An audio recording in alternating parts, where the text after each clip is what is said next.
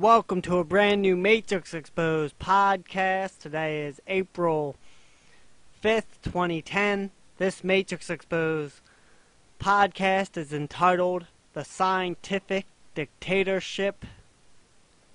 The globalist Illuminati are the high priest of Lucifer, the synagogue of Satan. The globalist Illuminati are sadomasochists. They get pleasure from pain, suffering, and abuse, and torture and murder.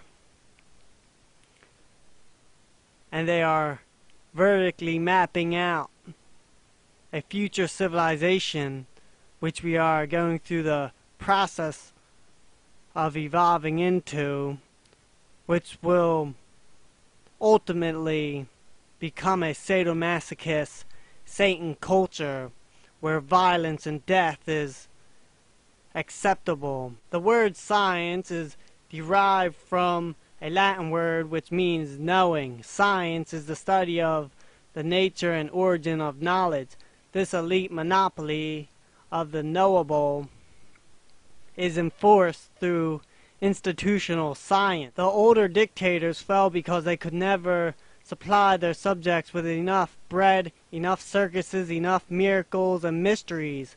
Under a scientific dictatorship, education will really work, with the result that most men and women will grow up to love their servitude and will never dream of revolution. There seems to be no good reason why an authoritarian scientific dictatorship should ever be overthrown. Aldous Huxley, Brave New World Revisited. Since the sun god and his various relations, including sons and wives, were after several thousands years of worship beginning to fray around the edges in terms of believability, and a lot of commoners were beginning to grumble that this stuff was all made up. The Illuminati came up with a new and improved version of this mind control software that didn't depend upon the sun god or moon goddess for ultimate authority. From Jim Keith, Sorcerers of the Illuminati, page 78. As the sun and moon cult lost some of its popularity, scientists were quick to take up some of the slack. According to their propaganda, the physical laws of the universe were the ultimate essential factors, and naturally those physical laws were only fathomable by the scientific Illuminati elite. This is from Jim Keith, Sorcerers of the Illuminati, page 78, 79. The reason that science is a bad master and dangerous servant and ought to not be worshipped is that science is not objective. Science is fundamentally about the uses of measurement. What does not fit the yardstick of the scientist is discarded. Scientific dynamism has repetitively excluded some data from its measurement and forged other data, such as Piltdown Man, in order to support the self-fulfilling nature of its own agenda, be it Darwinism or cut, burn, and poison methods of cancer treatment. This is from researcher Michael Hoffman from the book Secret Societies and Psychological Warfare. The new secular church and clergy of the elite originated within the walls of the British Royal Society. The creators of the Royal Society were also members of the Masonic Lodge, according to the book Holy Blood, Holy Grail. Virtually all the Royal Society's founding members were Freemasons. One could reasonably urge that the Royal Society itself, at least in its conception, was a Masonic institution, derived through Christian unions from the invisible Rosicrucian Brotherhood, with the British Royal Society acting as their headquarters of propaganda. The elite had created an institution to provide credibility for their specifically designed science. Now they needed to introduce the science. Recall the founding members of the Royal Society were all Freemasons. Thus, whatever science these men would design would be of the Masonic doctrine. This is from the book, The Meaning of Masonry. Underpinning the concept of metaphysical naturalism is the notion that life originated with lifeless matter. This notion, dubbed spontaneous generation, excludes the involvement of a supernatural creator. Thus, nature become a god creating itself. To bring about spontaneous generation would be to create a germ. It would be creating life. It would be to solve the problem of its own origin. It would mean to go from matter to life through conditions of environment and matter. Lifeless material. God as author of life would then no longer be needed. Matter would replace him. God would need to be invoked only as author of the motions of the universe. Although the concept of spontaneous generation was proven scientifically bankrupt years ago, many continue to resurrect its corpse.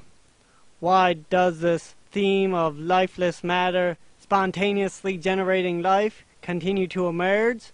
The answer is because it has been within men for a very long time. It was an occult concept presented in the Hebrew Kabbalah.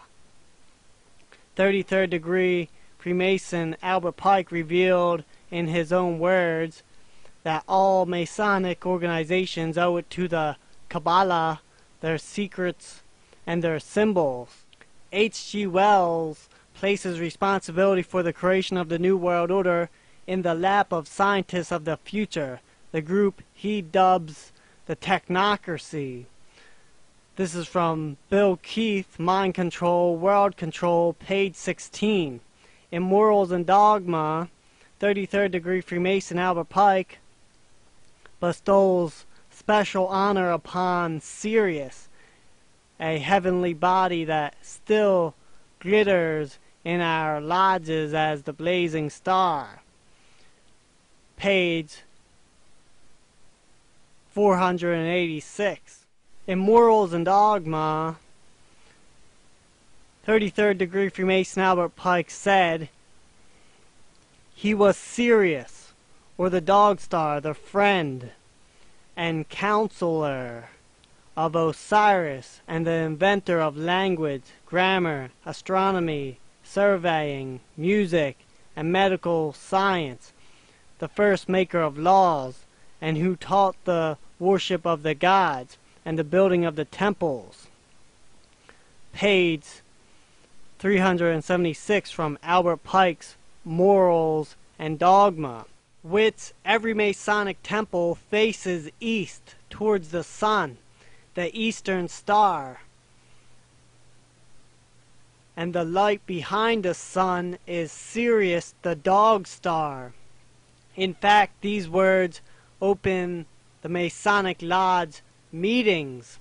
As the sun rises in the east to open and govern the day, so rises the worshipful master in the east to open and govern the lodge, set the craft to work, and give them proper instructions. Faced with the impossibility of spontaneous generation and the collapse of Darwinism, the elite could now be invoking an extraterrestrial intervention myth from their own doctrines.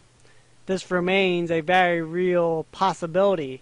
The Freemasonic doctrine of Sirius has circulated within military intelligence groups for quite some time. There exists a cult of Sirius at the highest levels of the CIA.